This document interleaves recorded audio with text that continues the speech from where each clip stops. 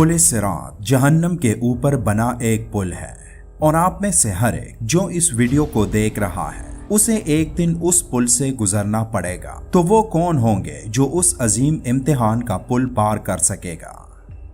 जब तक आप जिंदा हैं तो ये जानना बहुत जरूरी है कि उस पुल को बगैर गिरे कैसे पार किया जाए, क्योंकि उस पुल के आखिर में एक ऐसा दरवाजा है जिसमें दाखिले के लिए ही एक इंसान को बनाया गया है और जो आपकी इस दुनिया में अच्छी जिंदगी गुजारने का इनाम होगा।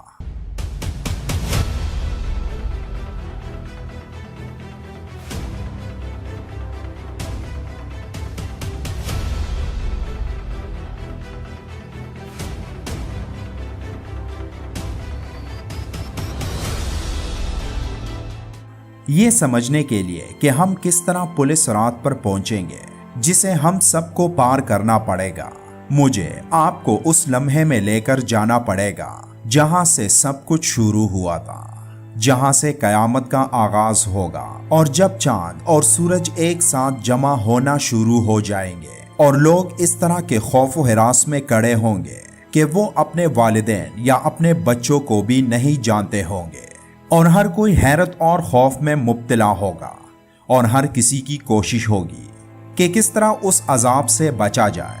लेकिन तब बहुत देर हो चुकी होगी और तब किसी के लिए उस दिन की हौलनाकी से बचने का कोई तरीका नहीं होगा।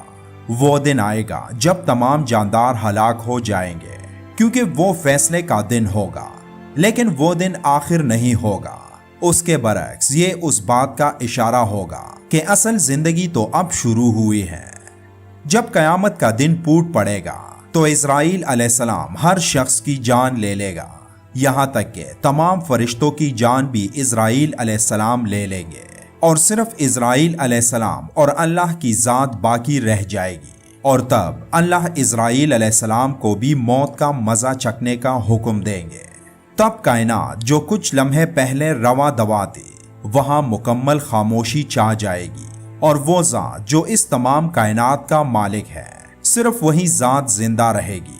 लेकिन कायनात की ये खामोशी ज्यादा देर नहीं चलेगी, क्योंकि अल्लाह इसराफील अलैहिस्सलाम को दोबारा जिंदा करेगा और हुक्म देगा कि अब हमारे नए मरहले के पहले मरहले तरतीब दिए जाएंगे, यानी मरकर एक बार फिर जिंदगी।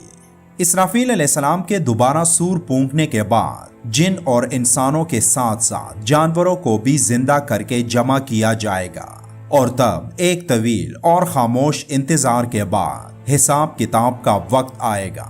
हम सबके पास मीलों लंबी नोटबुक आएगी और दो फरिश्ते जिन्होंने हमारी पूरी जिंदगी में अपने दाएं और बाएं बाजू से वाबस्ता तमाम अच्छे और बुरे कामों को नोट करने के जिम्मेदार थे, यानी हमारी सारी जिंदगी के अहवाल से उन फरिश्तों ने हमारी जिंदगी से मुतल्लिक वो नोटबुक भर दी होगी। तब हमारे नेक आमाल और गुनाहों का वजन किया जाएगा जो बाएं और पीछे की तरफ से निजात दिलाएगा। हमारे आमाल को एक मीज़ान में तोला जाएगा। मीज़ान के स्टेज से निकलकर हर इंसान पुल सिरात तक पहुंचाया जाएगा, जिसके बिल्कुल नीचे जहन्नम होगी। वो पुल जो 7 मराहिल पर मुश्तमिल होगा। या तो हम उन मराहिल को उबूर करके जन्नत के दरवाजे से दाखिल हो सकते हैं या फिर हम नीचे गिर जाएंगे। पुल सिरात जन्नत और जहन्नम के दरमियान एक रास्ता है, यानी जन्नत जहां हम अपने प्यारों के साथ हमेशा हमेशा के लिए रहेंगे, जहां हम उस रास्ते के आखिर में अबदी खुशी तक पहुंचेंगे।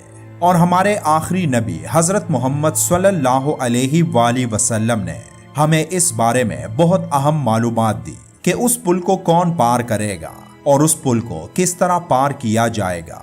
कयामत के दिन लोग ऐसा खौफनाक दौर देख रहे होंगे कि हर एक अपनी अपनी परेशानियों में होगा। किसी की आंखें किसी को नहीं देख पाएंगी, यहाँ तक कि तमाम पैगंबर भी अपने आप की फिक्र में होंगे। लेकिन हजरत मोहम्मद सल्लल्लाहु अलैहि वसल्लम तब भी अपनी उम्मत को माफ करने की दुआ करने में दरेग नहीं करेंगे। पुल सिरात के आगाज में वो हमें अल्लाह की तरफ से दी गई इजाजत से अपनी शफाअत के मुंतजिर होंगे।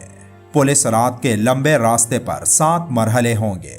पुल सिरात पर गुजरते हुए लोगों की मुख्तलिफ रफ्तार होगी।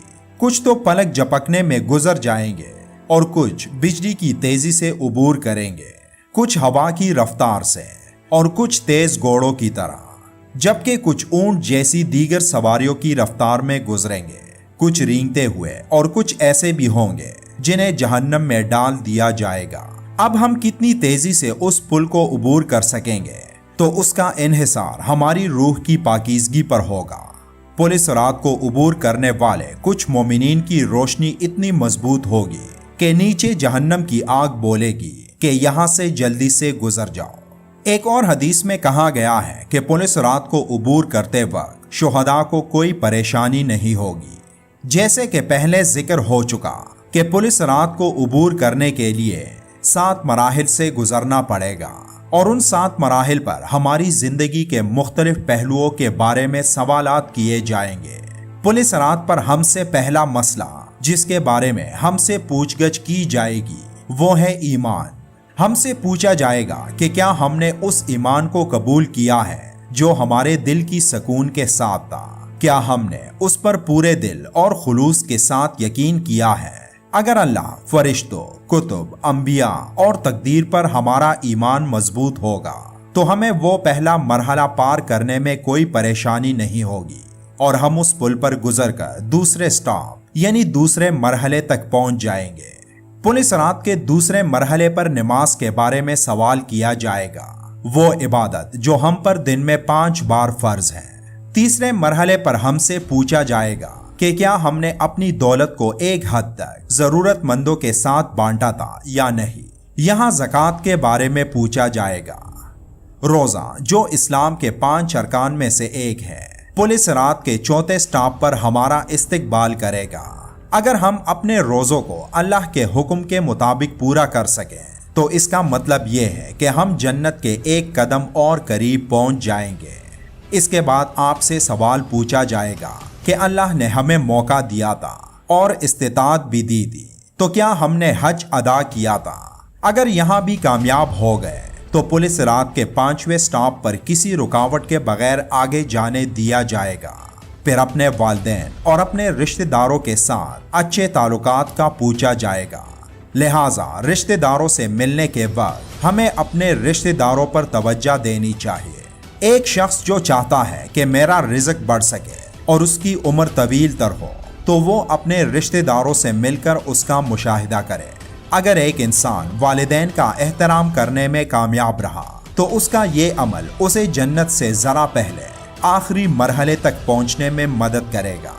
اگر آپ نے ان تمام باتوں کا خیال رکھا تو اس آخری مرحلے پر آپ کو پریشان ہونے کی ضرورت نہیں ہوگی، کیونکہ پل صراط کی دوسری طرف حضرت محمد صلی اللہ علیہ وآلہ وسلم اپنی امت کے لیے جنت کے دروازے پر کھڑے دعا کر رہے ہوں گے۔